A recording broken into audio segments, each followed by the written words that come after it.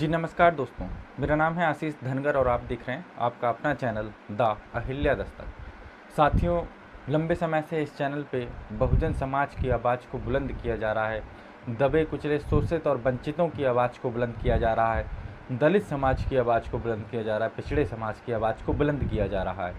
साथियों, अब हम ये चाहते हैं कि आप लोग हर तरह से द अहिल्या दस्तक को सपोर्ट करें।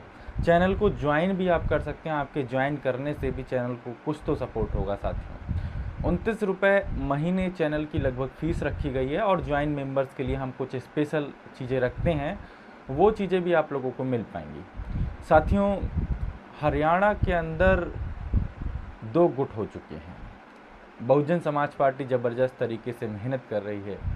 हरियाणा के अंदर इनेलो से गठबंधन है, इंडियन नेशनल लोकदल से, और हरियाणा के अंदर जो स्थिति चल रही है वो स्थिति ये चल रही है कि हरियाणा के विधानसभा चुनाव के लिए ज़बरदस्त तरीके से मेहनत की जा रही है। आकाश आनंद जी जगह जगह रैली कर रहे हैं और इनेलो का और बहुजन समाज पार्टी का गठबंधन वास्तव में प्राकृतिक रूप से जनता चाह रही थी, क्योंकि ये बात मैं नहीं कहता, ये बात वहाँ की रैलियों में हुई भीड़ बताती है। हरियाणा में मुख्य रूप से 2 गुट हो चुके हैं। एक गुट हुड्डा गुट है और दूसरा गुट शैलजा जी का गुट है। दरअसल आपको बता दें कि हरियाणा के सिरसा से शैलजा जी सांसद हैं और इससे पहले भी पूर्व में अब चौथी बार जो है सांसद हैं और एक बड़ी नेता हैं, दलित बड़ा चेहरा हैं। और एक तरफ हुड्डा गुट जो है वो कहीं ना कहीं कुछ वीडियोस में शैलजा जी पर जातिगत टिप्पणी करते हुए साफ नज़र आ रहा है। दरअसल सोशल मीडिया पर कई ऐसे वीडियोस वायरल हुए जिनमें हुड्डा गुट शैलजा जी पर जातिगत टिप्पणी करते हुए साफ नज़र आ रहा है। आपको बता दें कि शैलजा जी कहीं ना कहीं कांग्रेस पार्टी में उनकी अब वो इज्जत नहीं रही जो होनी चाहिए। हुड्डा गुट को कांग्रेस पार्टी का केंद्रीय नेतृत्व का समर्थन प्राप्त है। हुड्डा गुट भी एक मजबूत गुट है, लेकिन कहीं ना कहीं ऐसा देखा गया कि शैलजा जी का दलित होना ही कहीं ना कहीं तमाम समस्याओं का कारण बन गया।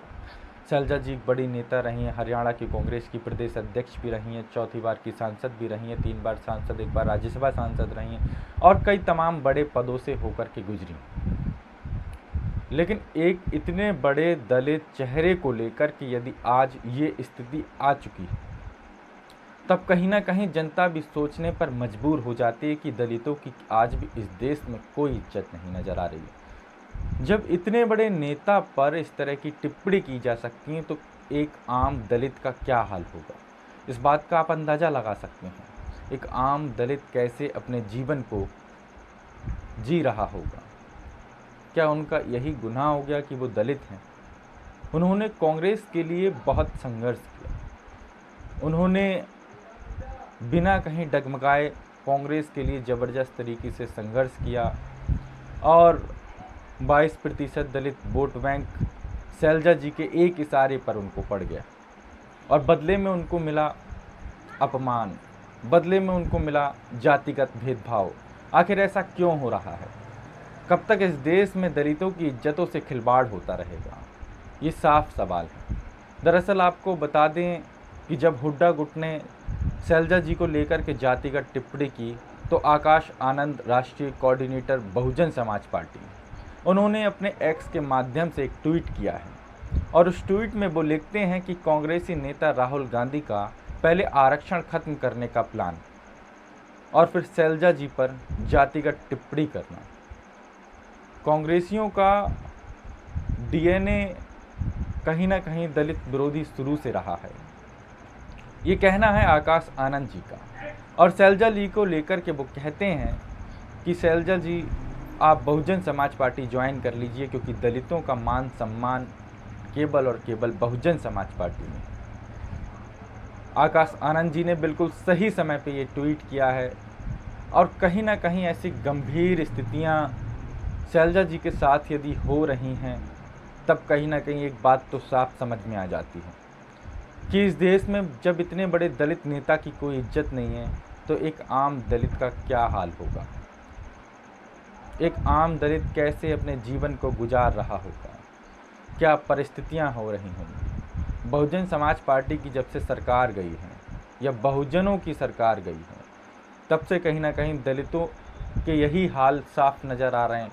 तमाम ऐसी जगह ऐसी घटनाएं सुनने को मिल रही हैं कि आज दलितों के साथ ये हो गया या दलितों के साथ ये हो गया। आखिर कब तक इस देश का दलित अन्याय अत्याचार को सहता रहेगा, ये सवाल खड़ा होता है। क्योंकि जो कांसीराम जी के विचारों को आगे बढ़ाने का काम कर रहा है, जो अम्बेडकरवादी विचारधारा को आगे बढ़ाने का काम कर रहा है, ऐसे दलित नेता की जब इस तरह से इज्जत से खिलवाड़ किया जा रहा है, तब कहीं ना कहीं आम जनता को बहुत बुरा लगता है। साथियों, अब ऐसी स्थिति में क्या होना चाहिए? क्या शैलजा जी को कांग्रेस पार्टी छोड़ देनी चाहिए? क्या शैलजा जी को बहुजन समाज पार्टी ज्वाइन कर लेनी चाहिए? बहुजन समाज पार्टी और इनेलो का गठबंधन हरियाणा के अंदर इस समय एक नया रंग ला रहा है और हरियाणा की राजनीति हाल ही में हिली हुई है। उसका कारण सबसे बड़ा यही है कि शैलजा जी पर जिस तरह से हुड्डा गुट ने जातिगत टिप्पणी करके जो दलितों का वोट बैंक है बड़ी तादाद में खो दिया। अब हरियाणा का समीकरण ये बनने जा रहा है कि जाट प्लस दलित, जाट और दलित मिलकर के कहीं ना कहीं हरियाणा में अपनी सत्ता काबिज कर सकते हैं, इसमें कोई दो राय नहीं है। हालांकि ये समय बताएगा कि कितना कुछ परिवर्तन होगा, लेकिन जो रैलियां बता रही हैं वो रैलियां कहीं ना कहीं इस पक्ष में साफ नज़र आ रही हैं कि इनेलो और बहुजन समाज पार्टी हरियाणा में आकर के सरकार बनाए। साथियों, कई बार ये देखा गया कि जब जब इस देश में दलितों के साथ अत्याचार हुआ, जब जब इस देश में पिछड़ों के साथ अत्याचार हुआ, तब तब कहीं ना कहीं उनको न्याय नहीं मिल पाया। आज क्रांति का समय आ चुका है। अब साथियों, ऐसा देखा जा रहा है कि यदि शैलजा जी बहुजन समाज पार्टी में आ जाती हैं तो निश्चित तौर पर हरियाणा का इतना बड़ा दलित चेहरा यदि बहुजन समाज पार्टी के साथ आ जाता है तो ये तय है कि कांग्रेस कहीं ना कहीं हरियाणा में एक बड़ा घाटा खाने की प्लानिंग में है। कांग्रेस अपनी ही गलतियों से दलित वोट बैंक को खो रही है। साथियों, आप लोग क्या सोचते हैं इस वीडियो को लेकर के? अगर वीडियो अच्छा लगा हो तो कमेंट सेक्शन में अपनी राय जरूर दीजिएगा और चैनल को लाइक एंड सब्सक्राइब करना बिल्कुल ना भूलें। हम फिर मिलेंगे एक नए वीडियो एक नए टॉपिक के साथ में। तब तक के लिए जय हिंद, जय भारत।